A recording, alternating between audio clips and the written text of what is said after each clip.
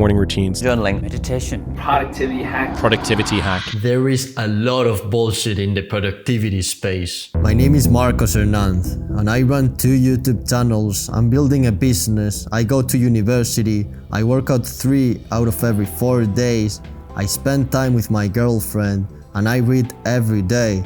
And I managed to do all of this while still finding 8 hours of sleep. My day has the same 24 hours as yours, but I managed to do more than everyone around me because I've mastered the basics of productivity. And this is the reason why you're not as productive as you want, because you're watching videos of Rian Doris or Ali Abdal trying to learn the next productivity hack, but you're yet to grasp the fundamentals. You're already buying furniture for the house, but you haven't started building it. Today, this is gonna change because I'll walk you through the exact system that I use to stay productive every day of my life. We'll start with technologies, where we'll dive into minimalism and the G Suite. Then we'll move to time management and discuss how to plan your day and my block system to enhance your planning. After that, we'll talk about the fundamentals of having high energy, including diet, sleep, exercise, and health. Then we'll dive into focus, where we'll discuss your attention span and how to meditate correctly. Lastly, we'll talk about dopamine and how to fix it and maintain optimal levels. There's a lot to cover, so without wasting any more time, let's get into it. Technologies, minimalism. If you're expecting some fancy technologies in this section, there's something you need to hear. Doing less is doing more. Let me explain. There's all of these productivity technologies racing like Notion, Trello, Asana, Todoist, and a bunch of others, but here's the funny thing. These tools are actually making you less productive. You spend more time searching for technologies, learning them, and using them than the time they save you. The only reason why people still use these technologies is that they have the shiny object syndrome. And you probably have it as well, because chances are that when I named these technologies, you opened the new tab and searched the name of the ones you've never heard before. So if you want to maximize your productivity, you should stick to one technology. And this is where the next point comes in. G Suite. G Suite, also known as Google Workspace, is the best tool for productivity. Why? Because you already know how to use it.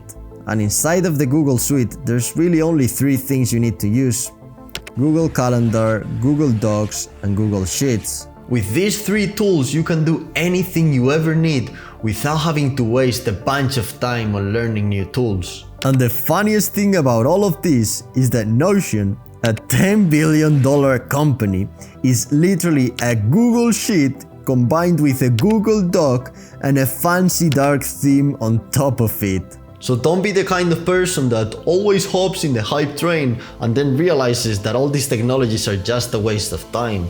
Time management, planning.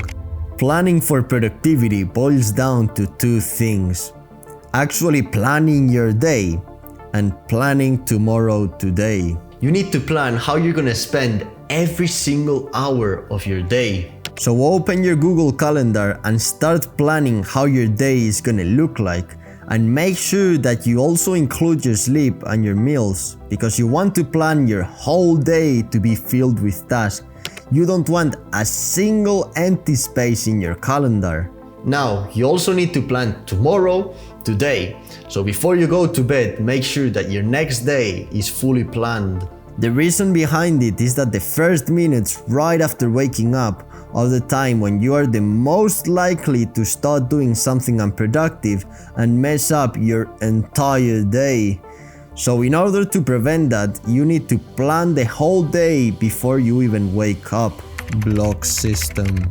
Now I'm gonna share with you a strategy that I started using a few months ago to make the planning even more effective. The strategy is as simple as dividing your day in blocks.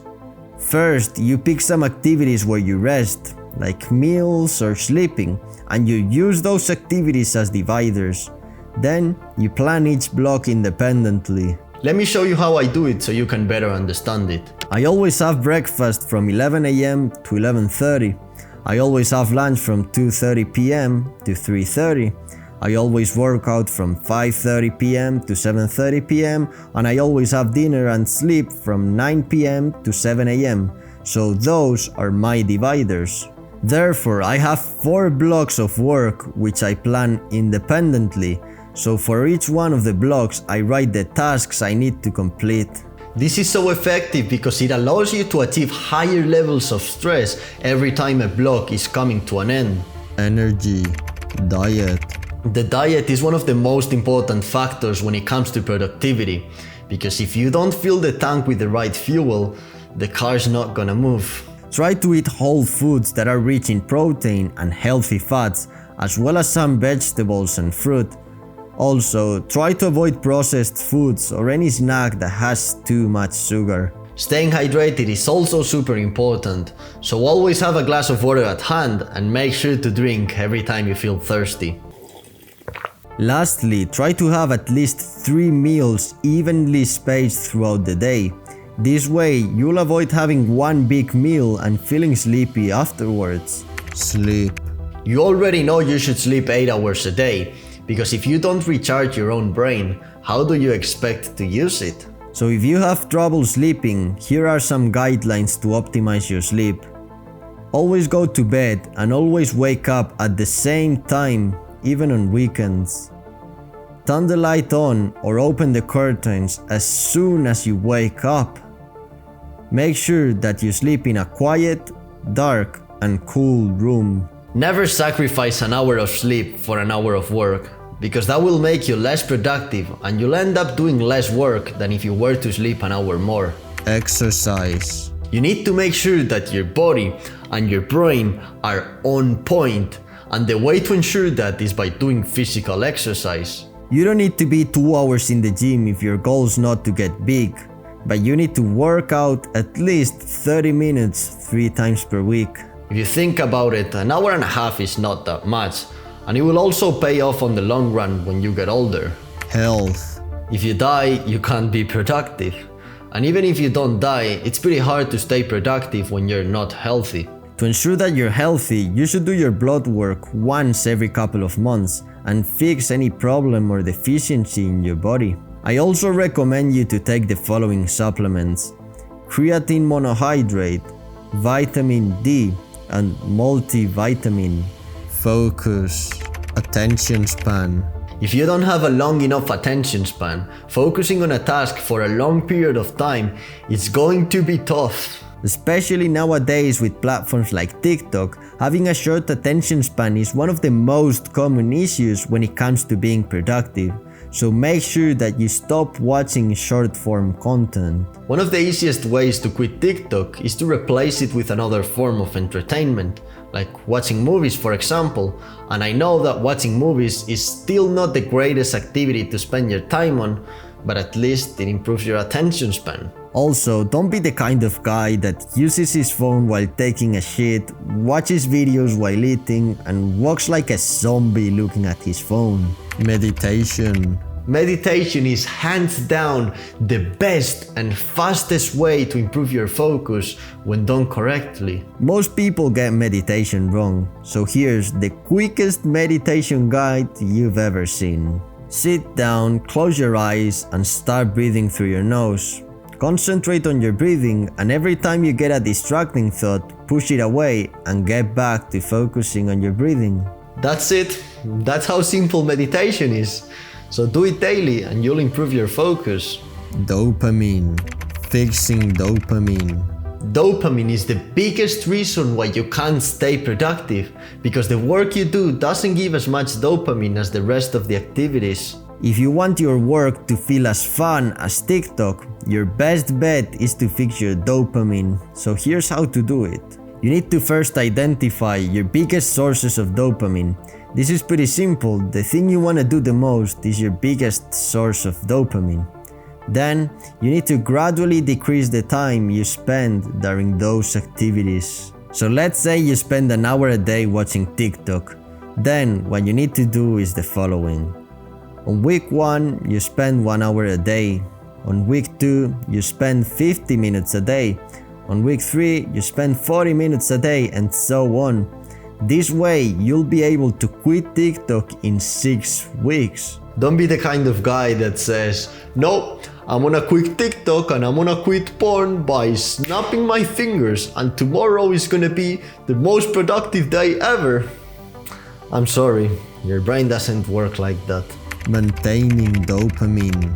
Alright, you now know how to fix your dopamine, but after fixing it, you also need to maintain it at healthy levels.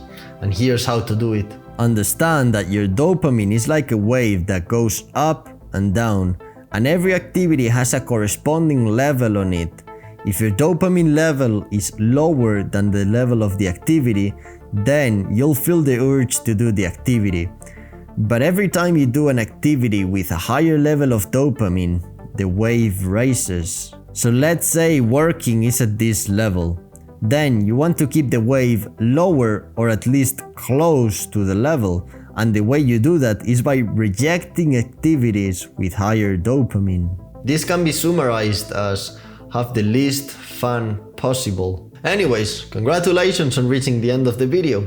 You've proved that your attention span's pretty good, not gonna lie. I hope you found the video valuable and see you on the next one.